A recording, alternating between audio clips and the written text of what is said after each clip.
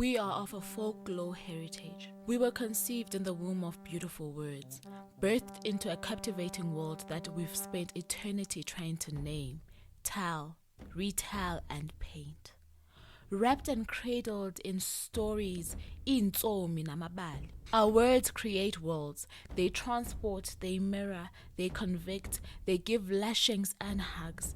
They create and can never be undone. To hide between the pages of a book is to find pieces of yourself before you even were. Welcome to Turning Pages, the podcast that celebrates African literature from the continent and the diaspora. I'm your host, Vuvu Vena.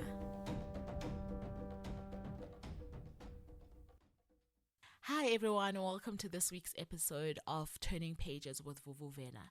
This week I want to discuss representation. It is something that I already touched on last week's episode, but I just want to delve a little bit more into it this week. This topic is actually very multifaceted, and I find that in the times that I have seen people trying to convey their sentiments about representation, it's always been a race matter that I've seen, and I think that it is obviously more than that. And I know that it's a tedious term because in the past year or two, representation has been at the tip of most people's tongues in the literature space, and I do not fault it at all. I think it is a very important conversation, but I think that sometimes with important conversations there can be a bit of an overkill, so I really hope that this episode is not an overkill for you. I just wanted to come on here and tell you the different ways in which representation impacts me when I'm interacting with a book. So for example, the first time, I've already mentioned in the previous episode that I had encountered a person of color that I cared to remember in a book was while reading Marguerite Poland's Shades in Matric, which was set in the Eastern Cape in the settler years. And still till this day, the character that stands out for me the most, I think, was named Percy. You're gonna have to forgive me, guys, my matric was a while back, but I think the character's name was called Percy, and I think that he was a black worker on a farm. You guys are always welcome to correct me if I'm wrong. I still have a copy of that book. I haven't read it since matric, though I've been meaning to read it, and somehow I could never shake the feeling of this one black character. My first black character that I read in literature was nothing like me.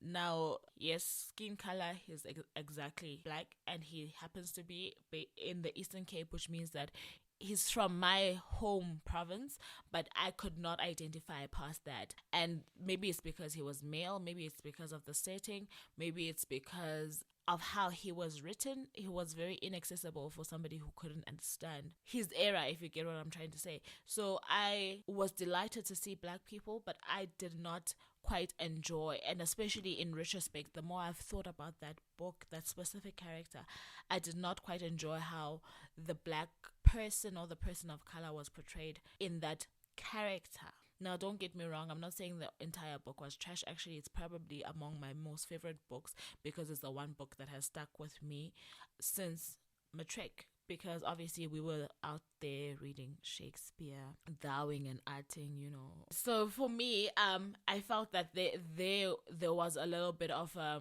mismatch in terms of, do I see myself in books or not? And then the second time I then came across black characters in books was with Toni Morrison's books. The first book of hers that I read was Sula. Sula was female. She was different, loved how she was portrayed, loved her story, loved her battles, but then once again it was something that wasn't quite me because she was a black American at a certain point in time, right?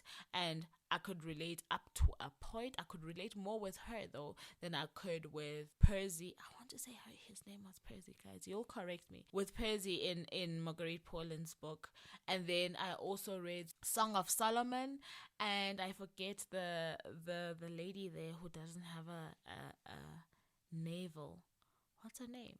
That was my favorite female character on there, but I had the same issues. And that book was so rooted in, or I think was told, let me rather say, I think that book was told for the Black American man. And it is such a powerful book. I'd encourage anybody who hasn't read Song of Solomon to grab it. But yet again, I saw people like me, but I didn't see myself in the text. And I guess obviously you wouldn't go looking to an American author to give you all that you are in a book. And I think that's something that representation, or talks about representation, that I've heard kind of misses. That yes, I'm happy to see a Black person in a book. Yes, I'm happy to see a Black female in a book. Yes, I'm happy to see a Black female lead in a book. But I'm also looking for myself in the book. So I'm happy to see my sisters, if you get what I'm trying to say. I'm happy to see my sisters. I'm happy to see my brothers. I'm happy to see a portrayal of my society, of my family. But I'm also, while reading, hunting for myself as well. And it took me a while to find a place where I could see something that was similar to me. It took me a very, very long time. It was not until I read, actually, Zizwe Cynthia Jele's Happiness is a 4-letter Word, that I saw some characters that I was able to say, you know what, even if it's a marrying of these characters' aspects, something in here makes me feel seen. And that is the sum total of what representation is. When we read and we don't find ourselves in books, it is heart-wrenching that you almost feel like, do you really exist? And I think that representation is an affirmation of the fact that you are alive, you are having experiences that people like you also have, and you are grappling with the same issues that a person who's your age in your kind of setting would grapple with. Which brings me to the other aspects of representation. For me, it's not just about gender, it's not just about race, but it's also about language, it's also about setting. And even when I'm reading books set in South Africa, I do get a little bit of excitement when I read books set in the Eastern Cape. I think that when we talk representation, or when people think that am I being represented in literature, we have kind of limited it to just two very important things that talk to inclusion, which is gender and race. But then it's not just that matters. So as I'm going to be reading obviously more African and more South African literature, thanks to Turning Pages, I'm really hoping that that part of myself, or that hunger to find myself, is gonna get even more fulfilled. Lately, the book that I've enjoyed recently that speaks to the kind of thing that I'm hungering for is Children of Blood and Bone by Tomi Adeyemi. Tomi Adeyemi is a Nigerian American author whose debut is Children of Blood and Bone. She, at the end of last year, launched the sequel to that book, which is Children of Virtue and Vengeance. And on there, the book is set in Nigeria, and she brings the art of young adult genre writing, which has a lot to do with magic, it has a lot to do with spells, it has a lot to do with adventure, it has a lot to do with becoming. She brings that, and she brings it alive on the Nigerian landscape, but she utilizes a Black girl from Nigeria to be the lead, the main act, the hero of the book.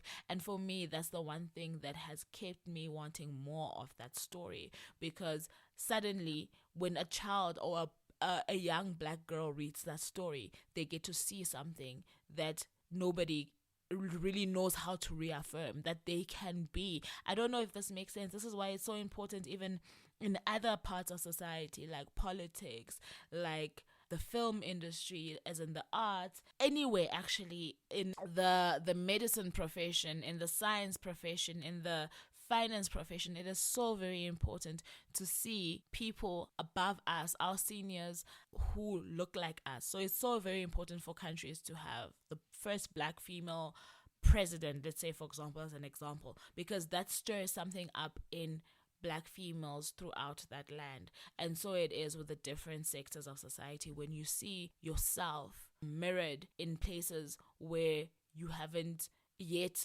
reached, you know that certain things are attainable. And I think that that is also part of like the Obama sensation that will always live, that there's something that stirred in America when he was president, because it gave people his very own message of, yes, I can, and I can because I can see somebody has opened the path, gone that way, and therefore if he is there, I can also aspire to something similar or something exactly the same. So when you start seeing people speaking power into who you are through the words in literature books, something in there changes, or a penny drops in your head, or stirs some kind of, it's more than just passion. It's a mixture of affirmation and passion within you. And for me, when I'm reading a book, that is a very important takeaway. It must be emotional and it must be transformative. So before I get carried away, I'd like to thank you guys for coming back for episode number 2. We're really doing this, guys. We really are. Just let me know what your thoughts are over on social media platforms about representation. And once again, thank you so very much for tuning in. I'd love to hear your thoughts about today's episode, so why not search for me on social media? On Instagram, I'm Vena_reads. On Facebook and Twitter and YouTube, I'm VuvuVenaReads. And you can also find me on my website, which is www.vuvuvenareads.com. And until next week, I really do love you guys. Bye now.